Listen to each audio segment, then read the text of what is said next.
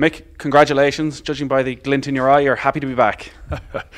Thank you. And I am happy to be back, of course, yeah.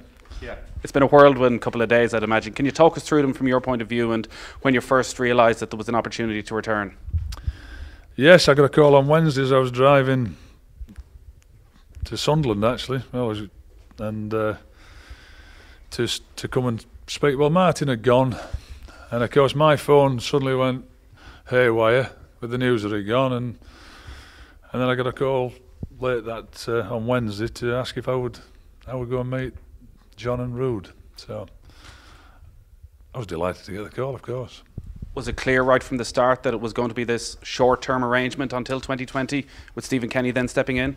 As soon as I met them, yes. As soon as I met them face to face, oh yeah, they were right open and honest and transparent about it. There couldn't be anything else. They couldn't drop that one on me, could they? Say, and initially, would I have liked 4 years?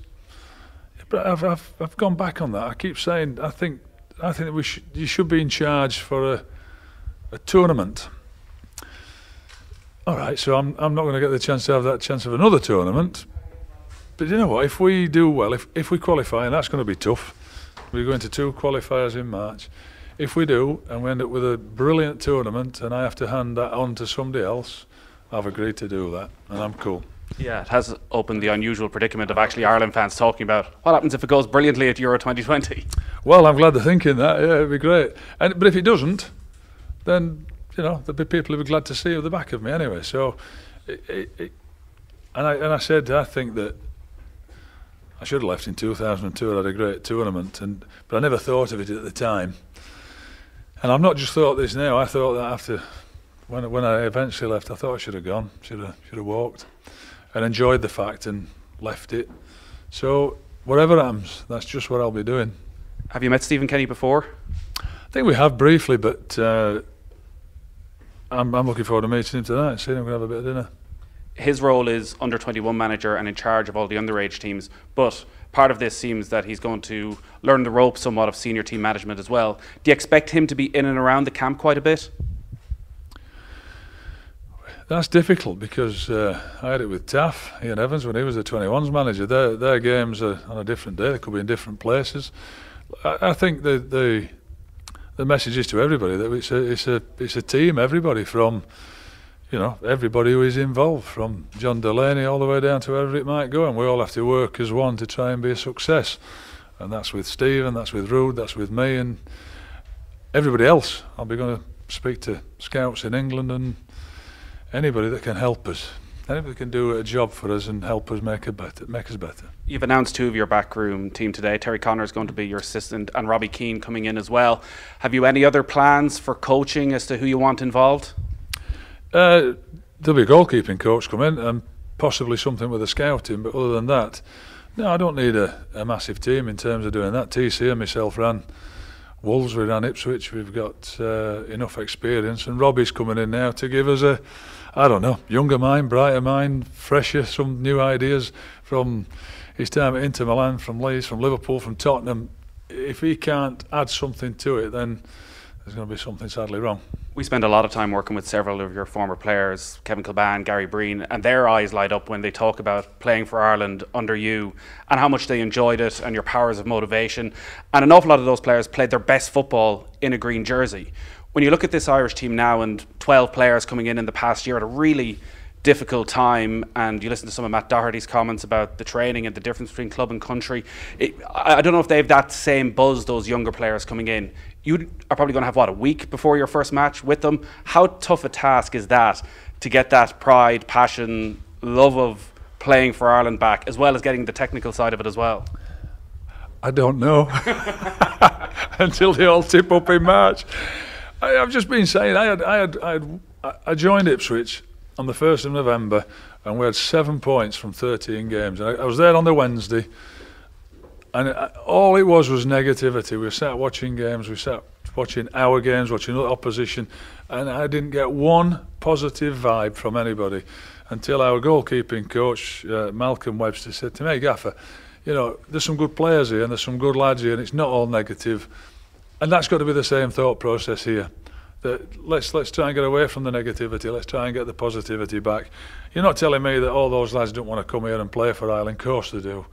And it's when they're here, try and get that atmosphere going that I had with Jack, with Mick Byrne, that people had with me. And you said about Breeny and Kevin Kilban, they're two great players for me.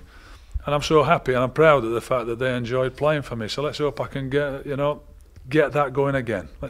Fingers crossed, wouldn't it be great? The landscape has changed as well in terms of those type of players who grew up very much in Irish communities in England. We've had constant eligibility rows over the last 3 or 4 years, from Jack Grealish through to Declan Rice. Michael Obafemi has now been sorted. What's your attitude towards that situation? Do you go chasing these young players who've been involved, who are undecided about where their allegiances lie? I think if the players qualify, then they're entitled to play. You know, there'd have been a lot of excuse me. You know, I remember joining. There's me and Jerry Payton and Chris Houghton and others that, well, Ray Houghton, Tony Cascarino. You know, people that were born in England. Paul McGrath was born in England. I think David O'Leary was born in England, I believe. So I was led to believe. But you know, Irish parents came live back in Ireland.